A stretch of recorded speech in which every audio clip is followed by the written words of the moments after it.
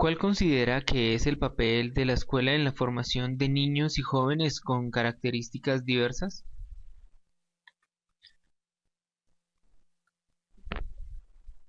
En mi opinión, creo que es importante que la escuela reflexione con qué tipo de población va a trabajar. Si, por ejemplo, la escuela asume diferentes poblaciones diversas, sordos, ciegos, indígenas y otras poblaciones, mi pregunta es, ¿garantiza la calidad? Yo me cuestiono eso. En mi opinión, creo que la escuela debe asumir la responsabilidad con un solo tipo de población, en este caso con sordos. Claro, es más fácil adelantar sus procesos, potenciarlos. La escuela se compromete con los ajustes y las condiciones propias de cada quien para el currículo, para poder generar buenas interacciones. No considero positivo que un colegio o una escuela que incluya tipos de personas sordas y oyentes, porque sus procesos son diferentes. Es necesario reflexionar sobre lo que significa la diversidad en la escuela, sus propósitos, cómo aplica las políticas educativas, porque esas no se ajustan a la realidad de la formación del profesorado. Siempre queremos el ideal de la escuela, pero en verdad es un fracaso. Entonces es importante que se centre en la realidad, conocer que hay una propuesta que es el bilingüismo, que se ajusta a la realidad, adelantar procesos que se diferencien para cada tipo de poblaciones y que sean pertinentes para cada uno. Es importante reflexionar en ese tema. De acuerdo con su experiencia, ¿qué condiciones observa como relevantes en la convivencia de los niños y jóvenes con culturas diversas dentro de la escuela? Yo considero que la convivencia no es que sea el problema. Yo lo veo desde dos lados. Primero, pareciera que lo que se ve a nivel general es lo que pone la pauta, entonces lo que le falta al sujeto es lo que hay que darle. Eso no es así. Por otro lado, yo creo que sordos y oyentes van adquiriendo esas bases, van construyendo de acuerdo a sus experiencias, su identidad, sus construcciones que se van reflejando a nivel familiar y cuando van conviviendo también van construyendo ciertas cosas, acuerdos, pero que la escuela sea la que imparte, por así decirlo, la convivencia, no creo. También los sordos participan en otros contextos que les van aportando diferentes elementos, la que la escuela lo fortalece, pero el sordo tiene bases, igual que los oyentes que comparten otros contextos. La persona sorda va a la escuela a fortalecer esos procesos, pero no es que la escuela se los dé. Entonces, como decir que los oyentes deben darnos las bases que nos hacen falta a nosotros para la convivencia. No, lo que hay es que generar estrategias en donde los estudiantes sordos puedan participar, consolidar la convivencia. En su conocimiento, ¿qué acciones desarrollan las instituciones educativas para garantizar a su interior la convivencia entre las lenguas, en este caso la lengua de señas? De lo que yo conozco en algunas instituciones, como por ejemplo, planes de estudio de lengua de señas para trabajar con estudiantes sordos. También algunos casos en algunos colegios celebran el Día del Idioma, hacen referencia a la celebración del español y ahí incluyen la celebración de la lengua de señas, porque como es un idioma, entonces lo celebran al mismo tiempo en algunos casos. En mi concepto es inapropiado. Primero, el plan de estudio de lengua de señas no tiene nada que ver, porque aquí en Colombia no hay una universidad que forme a maestros en una carrera de lengua de señas.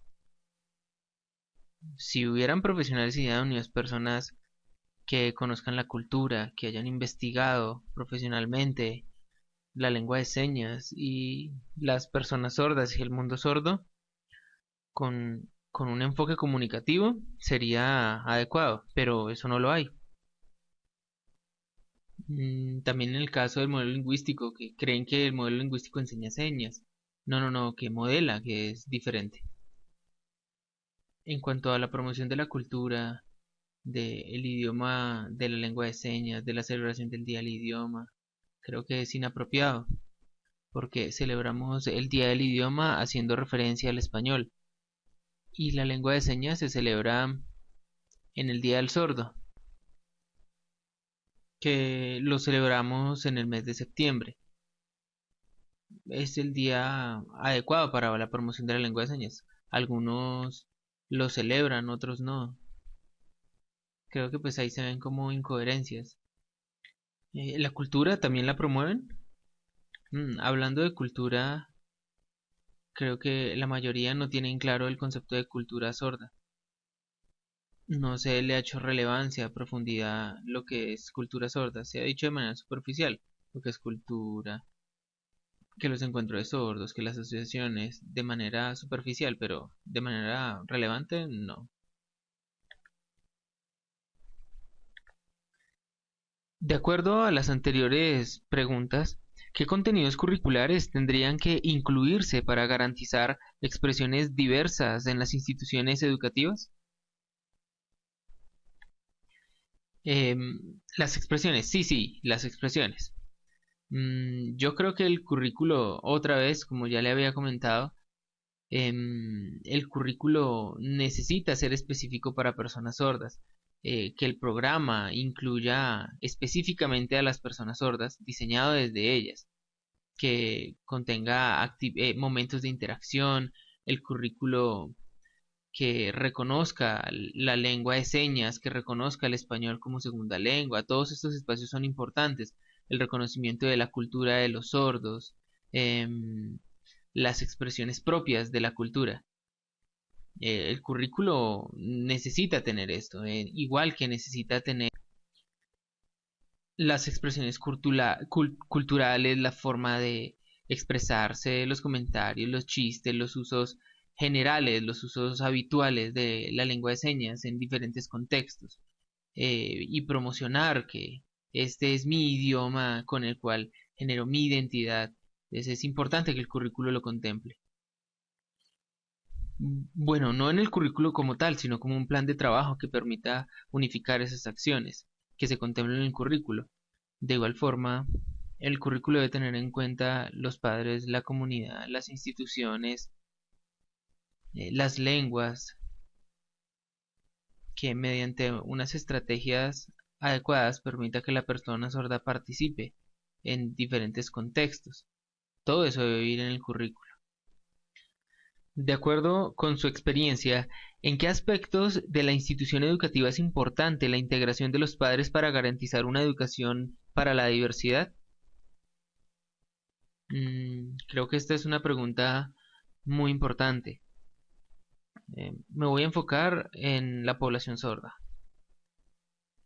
La mayoría de los sordos no tienen contacto comunicativo con los padres, no tienen un ambiente de comunicación en el colegio, es donde interactúan.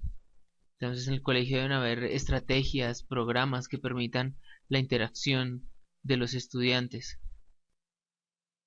en donde, por ejemplo, mediante actividades, exposiciones, por ejemplo, que se muestren entre ellos, pero también que participen que los papás vean, sientan, se sensibilicen frente a la realidad de sus hijos, eh, vean los avances, que se preocupen por la realidad, por el desarrollo lingüístico de los hijos. Claro, se puede mostrar que los papás vean cómo va desarrollando el proceso el hijo y que también se sensibilicen frente a la necesidad de comunicarse con los hijos, estimularlos.